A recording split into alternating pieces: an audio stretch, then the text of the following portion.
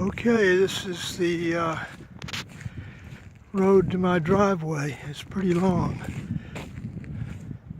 The road off to the right goes to my neighbor's house. And this is where the trouble begins, right around here. This isn't so bad. I can usually get through this, especially if I go over this way and stay one wheel on the grass. And I've cut down hundreds of privet bushes here, and I'm gradually completely clearing this area of privet.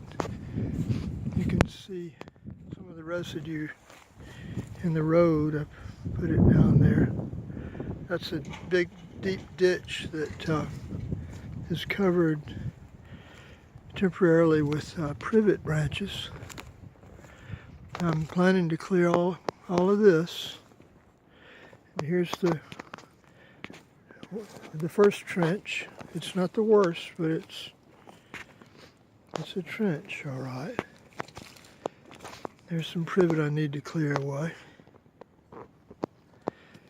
And this is where it begins to drain over to the left, and that's what I'm trying to do, is divert all this over to the left. But as I clear the privet, I realized maybe I can drive where the privet used to be.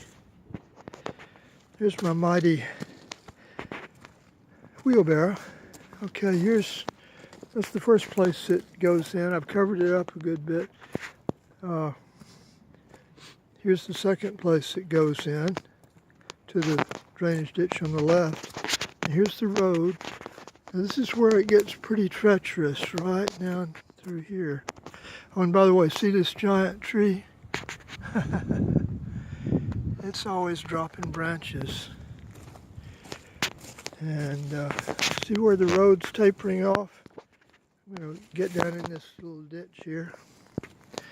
This is the lowest point of the ditch right here, so I can get in and out of here with my van if it's not too wet. If it's too wet, I really cannot. So this something needs to be done here. I'm not really sure what. You see the drainage ditch over there on the left. I try to keep that flowing.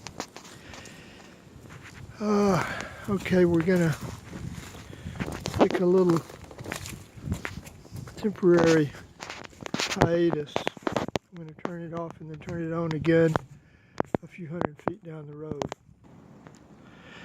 I've been excavating gravel from this place here. This is what happens when you put gravel on a road. It washes away. All of this mound right here was originally up on the higher part of the road, and it's washed down, and so I tried to make a drainage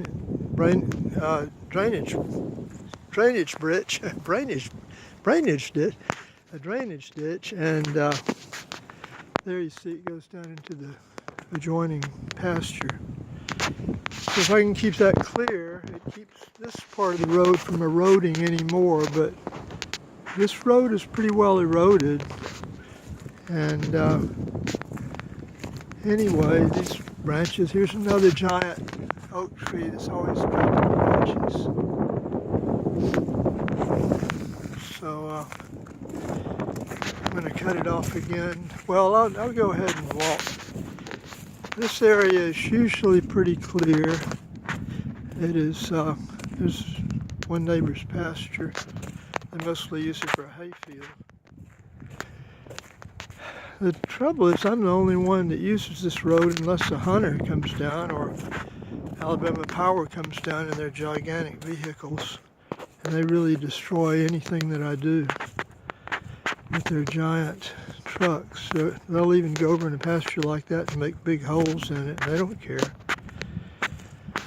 So here's a pretty soppy little mud hole.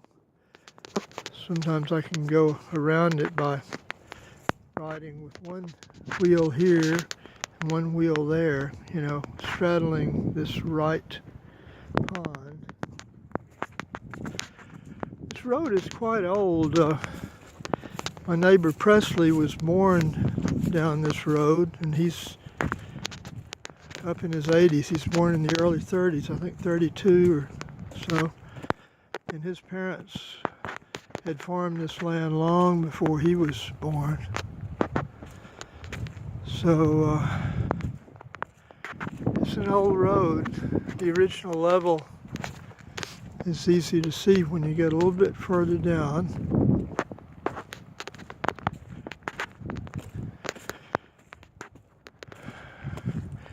Got a lot of wild plums growing over there.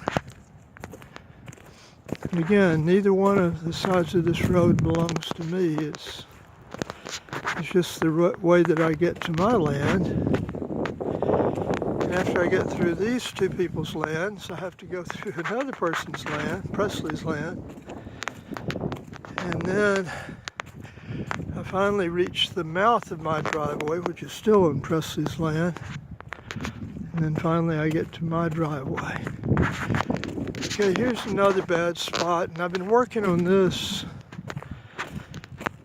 bringing that sand and gravel mix that where I showed you it had washed down. I wheelbarrow it down to here.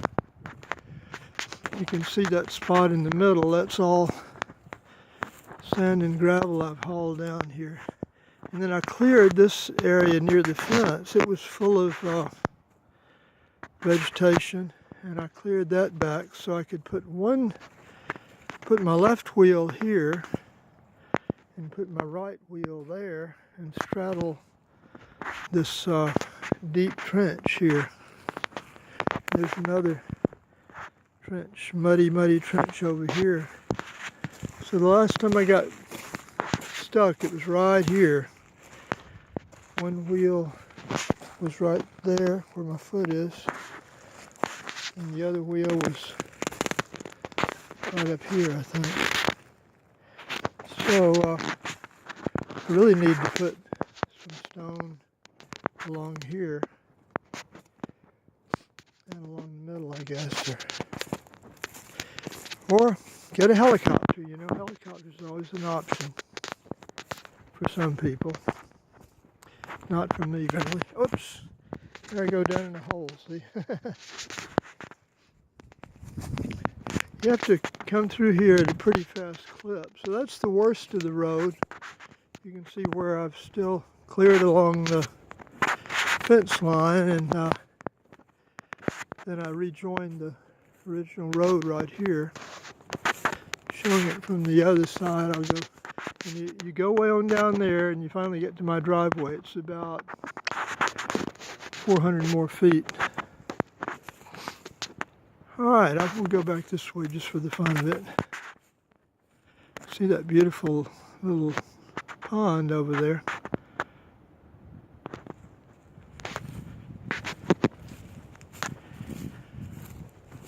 Yep. Here it is, water everywhere. This is an unusually wet year, this time of year. They say that it's just about the wettest on record since they started keeping records. The next wettest was 1948, the year I was born. So, challenge after challenge. Well, that gives you an idea. That's long enough. That's a 9-minute video.